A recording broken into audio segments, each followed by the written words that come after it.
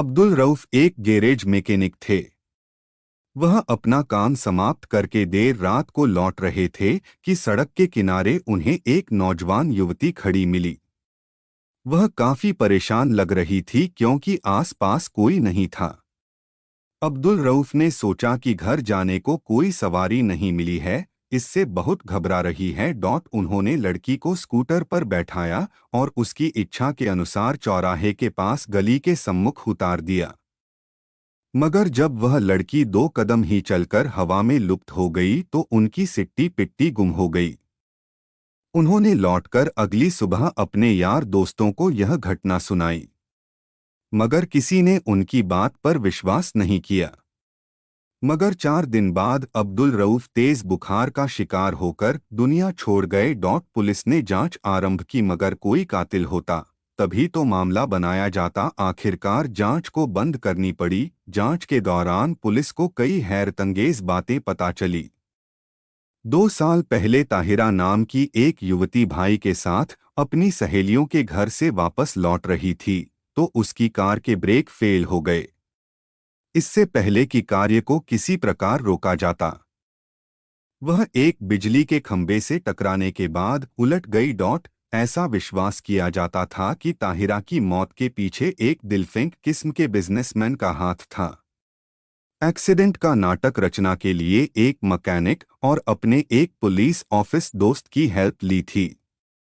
लगता है कि उन लोगों ने जरूर यह सोचा होगा कि दुर्घटना में ताहिरा का भाई बुरी तरह जख्मी हो जाएगा, जिसके बाद लड़की अकेली एवं कमजोर पड़ जाएगी, तब उसे फंसाया जा सकेगा। ताहिरा की दुर्घटना में मौत के अगले वर्ष कराची के उस फेमस बिजनेसमैन की एक कार दुर्घटना में मौत हो गई। चश्मदीद गवाह का कहना था कि उन्होंने सड़क के किनारे एक नीली साड़ी वाली लड़की को उस समय देखा था जब कार बिजली के खंभे से टकराई थी। कुछ दूर रात्रि में गश्त करने वाले सिपाहियों का कहना था उन्होंने ने कार के अंदर एक नीली साड़ी वाली हसीना को बैठे देखा था और यह समझा था कि दोनों नाइट शो का सिनेमा देखकर लौट रहे हैं। अब यह कैसे मुमकिन था कि वह लड़के कार के अंदर भी मौजूद हो और कार के बाहर भी? लगता है इसी नज़ारे को देखकर उद्योगपति महोदय ने डरकर ब्रेक लगाने के बजाय एक्सेलरेटर दबा दिया हो। वास्तव में मृतक उद्योगपति देर रात गए एक नाइट क्लब से वापस लौट रहा था कि क्लब के निकट एक खराब ट्यूबलाइट लगे खंभे के नीचे एक नीली साड़ी वाली लड़की ने उसकी कार रोकी थी। अंधेरा होने के कारण ना तो वह लोग ही उसका चेहरा देख पाए और नहीं मरने वाले ने अपनी खूबसूरत मौत का चेहरा देखा होगा। माना जाता है कि जब उसने अचानक ही निकट बैठे सुंदरी को गाड़ी के सामने देखा होगा तो उसके होश उड़ गए होंगे। यह घटना का समय वही था जो 1 साल पहले ताहिरा की मौत का था। समय ही नहीं, हादसे का स्थान तक वही था।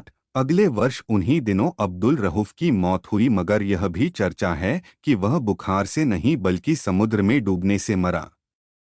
हो सकता है कि वह समुद्र में डूबने के बाद निकाला गया हो और बाद में बुखार आने की वजह से मरा हो, मगर इसका वर्णन नहीं मिलता। इस घटना के ठीक 1 वर्ष बाद जुलाई में कराची स्थित कस्टम विभाग से संबंध रखते पुलिस अधिकारी एक नीली साड़ी वाली का शिकार बना। वह किसी काम से लौट रहा था, तभी उसे एक अजनबी लड़की मिली। उसने कार को इशारा देकर रोका। आसपास कोई भी न था। लड़की ने बताया कि वह एक हादसे में जख्मी और उसे जल्दी घर पहुंचना है। उस अफसर ने अपनी आंखों से लड़की के गर्दन पर ताजे घाव को देखा। वह उसे अस्पताल ले जाना चाहता था, लेकिन लड़की ने जिद की कि पहले मेरे घर चलो।